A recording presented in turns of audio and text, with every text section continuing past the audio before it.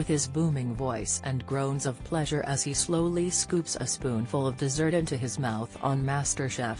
Gregg Wallace's larger-than-life TV persona has won him millions of fans.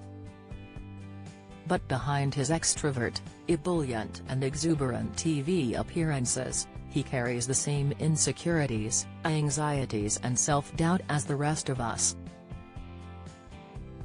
Which is why the former Peckham greengrocer agreed to speak to the Mirror's Men in Mind podcast, to show men they're not alone if they're struggling with their mental health.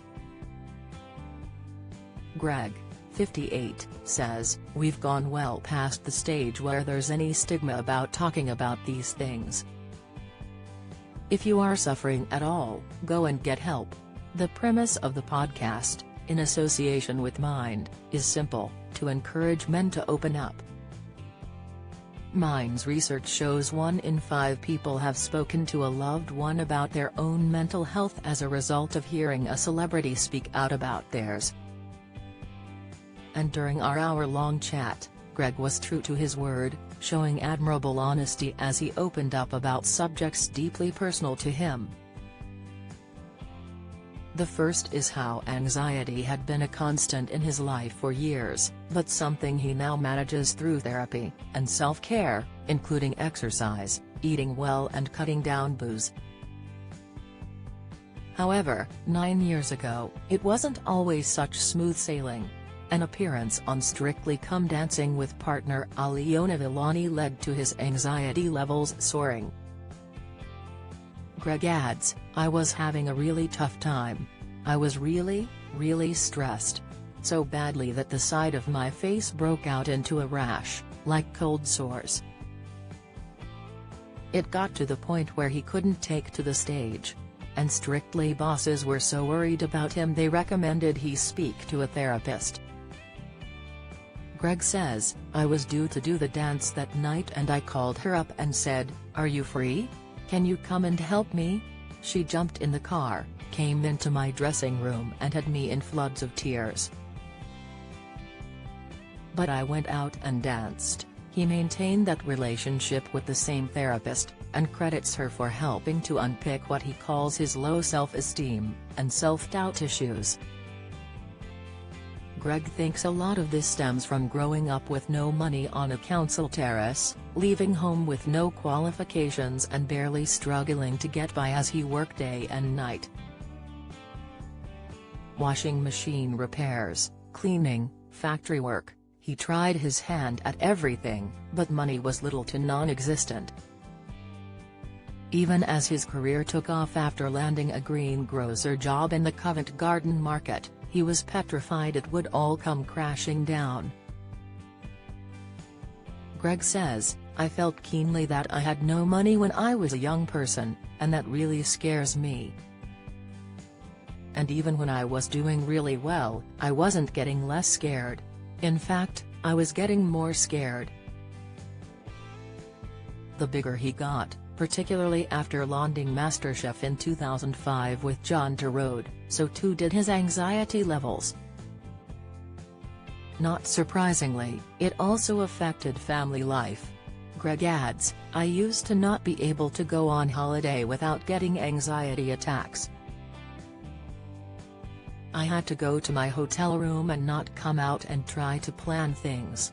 What my life was going to be like and how I was going." Now and again, his wife of 10 years, Anna, has gently suggested whether he would consider walking away from it all. He adds, she says, "Is this worth it? You're wonderful and you provide for your family really well, but I'm not convinced you're doing it for us. I think you are doing it for you. And that has always been the crux of the matter." Because no matter how periodically stressful Gregg has found life, his ambition still burns bright. He says, "Anna says I'll reach the point I am going to calm down and then that'll just be a springboard to the next thing."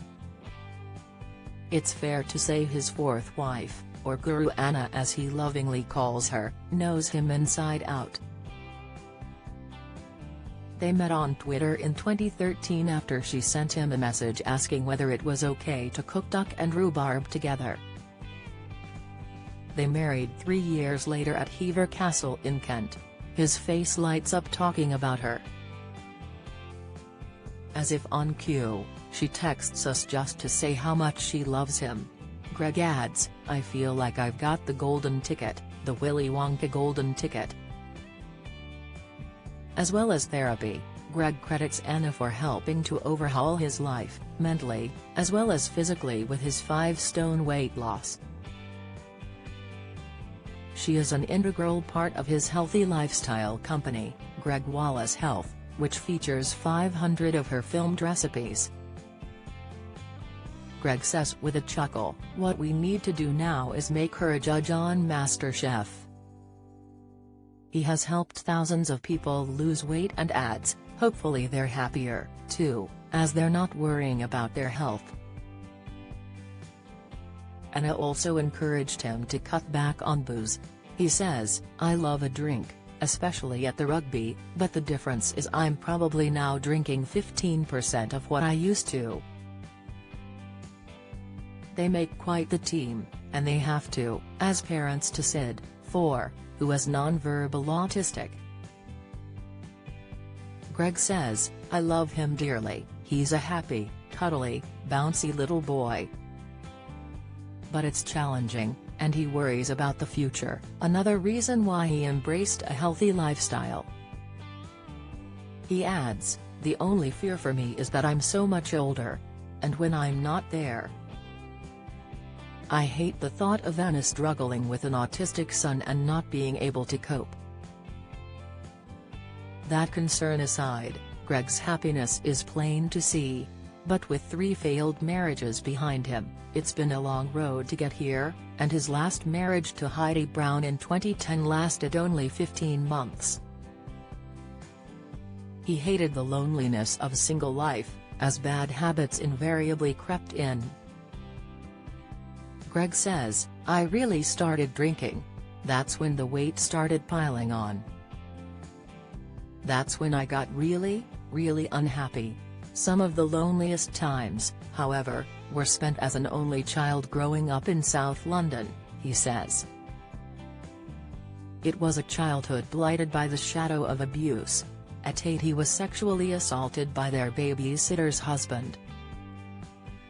Gregg says, "I didn't tell anybody at the time, but I did tell my mum when I was older, but she didn't really seem to want to know." He still vividly remembers the abuse all these years later.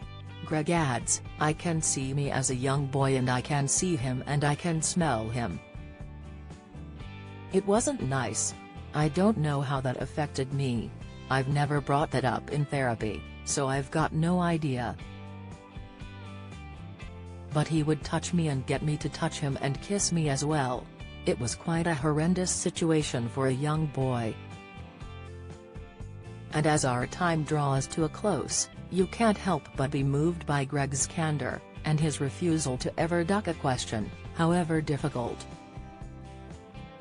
And rather like the reason for opening up about his mental health for the podcast, he sees speaking about his experience all those years ago as an opportunity to help others.